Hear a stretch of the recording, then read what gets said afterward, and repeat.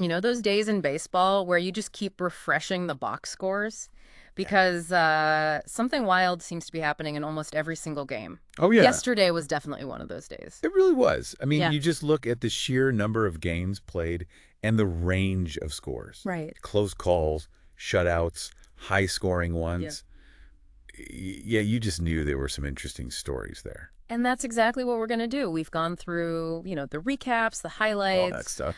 and our mission here is really to dig into yesterday's MLB action, find those key insights, the things that tell us a bit more about these teams, maybe where they're headed. Yeah, go beyond just the final score. Understand, like, the key moments, the decisions, the players who really made the difference. Absolutely.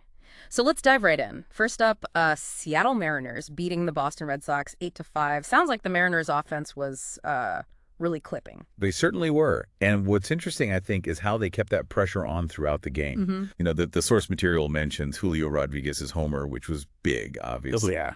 But Ty France hitting consistently, that was maybe just as important. He was just like always on base, always making the pitchers work. It wasn't just one big hit. It was sustained. And on the mound for Seattle, Logan Gilbert got the win. But it wasn't exactly smooth sailing for him, was it? No, definitely not. There were moments for sure where Boston looked like they might break through. Uh-huh. Devers and Verdugo, they both had good days at the plate for the Sox. But the key thing is Gilbert managed those jams, limited the damage. That shows some real composure, right? Definitely.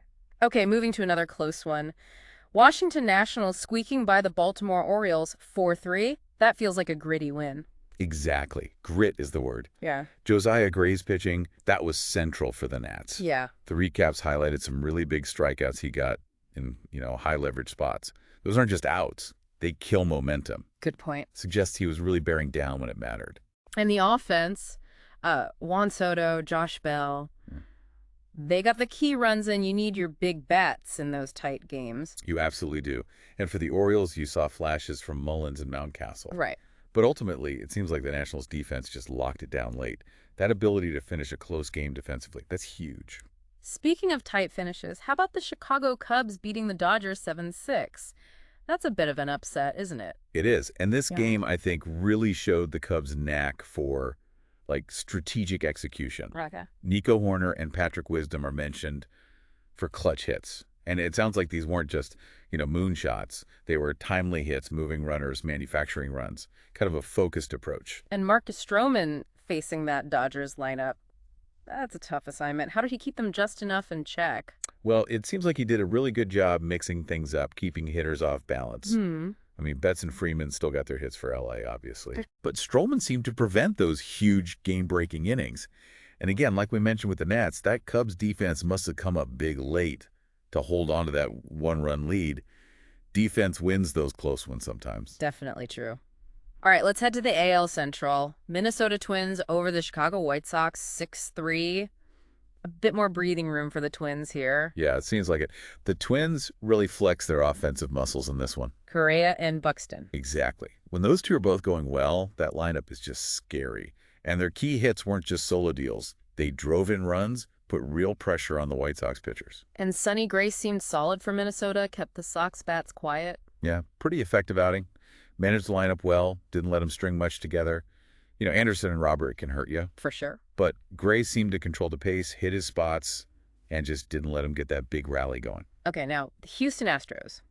They just keep rolling, don't they? 3-1 over the Toronto Blue Jays. Yeah. Classic Astros win. Strong pitching, enough offense. Textbook Astros, yeah. Framber Valdez was apparently jam. Sounds like it. Holding that Blue Jays lineup with all that talent to just one run. That's saying something about his command, his stuff. It's kind of amazing how consistently Houston's pitchers can neutralize even elite offenses. And the offense, maybe not fireworks, but effective. Yordan Alvarez, Kyle Tucker getting those key runs. That's what good teams do. Right. They understand the game situation. When Valdez is locked in like that, you manufactured a couple of runs, play clean defense. And you win. And you win. For the Jays, even with Vlad Jr. and Bo Bichette, they just couldn't crack Valdez. Yeah. Sometimes you just got to tip your cap. Right. Now, flipping the spit completely, a shutout. Pittsburgh Pirates blank the Los Angeles Angels. 3-0. Wow. Yeah. Especially against that lineup. That is a statement, absolutely. Mitch Keller, What a A performance. complete shutout. In today's game, against Trout and Ohtani, that's incredibly impressive. Just suggests total command, total dominance. The Angels hitters just had no answers. And the Pirates got just enough offense. Reynolds, Cabrian Hayes, providing the runs needed. It shows, doesn't it? Yeah. Sometimes a couple of timely hits are all you need if your pitcher is dealing like that. It really does. And you can sort of picture the Angels' frustration, right? Oh, yeah. Having those two superstars and getting shut out. It just underlines how locked in Keller must have been. Yeah. Makes you think about offensive consistency, even for star-studded teams. Okay, let's go to a slugfest now. Tampa Bay Rays outlasting the Arizona Diamondbacks 7-6. Sounds like a wild one out in the desert. It really does. Both offenses firing in this one. For the Rays, you had Arizarena and Wander Franco coming through with big hits in key spots. Yeah. What's interesting about the Rays is how they seem to get contributions from up and down the lineup. Right? It's not just one or two guys carrying them. True.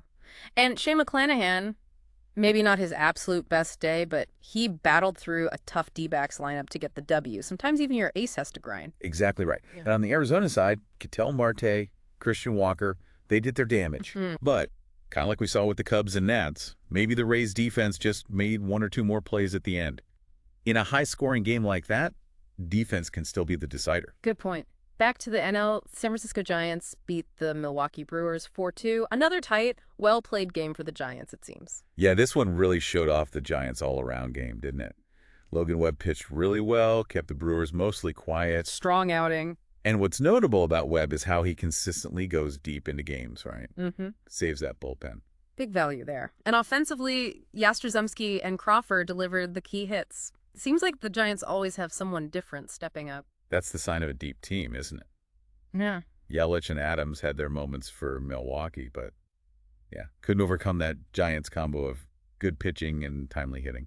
All right, how about the Oakland Athletics? They got a solid 5-2 win over the Texas Rangers. Good showing for the A's. It is. Paul Blackburn on the mound for Oakland. Sounds like he was exceptional. Yeah. When your pitcher just takes control like that, it really sets the tone. It's interesting, the A's pitching sometimes flies under the radar, but they can definitely put together these kind of strong performances. And Seth Brown, Sean Murphy, provided the offense needed. Getting runs from different spots is key for Oakland. Yeah, and even with the Rangers' big names, Seager and Semien, they couldn't solve Blackburn or the A's defense. Yeah. Kind of underscores that star power alone doesn't guarantee wins, right? You got to execute. True. Let's check back in on the AL Central. Kansas City Royals took down the Colorado Rockies 7-4. Sounds like the bats were working for KC. They really were. Brady Singer had, a decent enough start. Okay. But the offense really carried the load. Salvador Perez, Bobby Witt Jr., the main guys, both came through with big hits, driving in runs. When those two are locked in, the Royals' offense just looks completely different, much more dangerous. And the Rockies, they put up a fight. Blackmon, Cron contributing. Yeah, they had some offensive moments, definitely. But they just couldn't quite keep pace or shut down the Royals consistently. Highlights that run prevention is just as important, Absolutely. Okay, finally, we had Game 2 between the Giants and Brewers. And the Giants did it again, 6-5 this time. Man, they really had Milwaukee's number yesterday. They really did. Another nail-biter, another strategic win for San Francisco. Wilmer Flores, Jock Peterson with the clutch hits this time. Yep.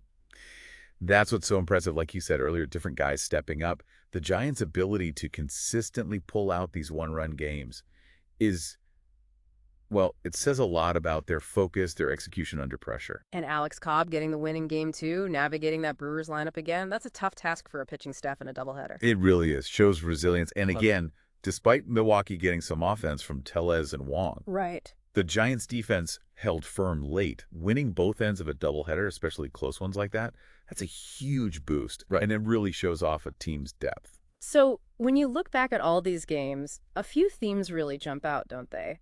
You had that sustained offensive attack from teams like the Mariners and Royals. Definitely.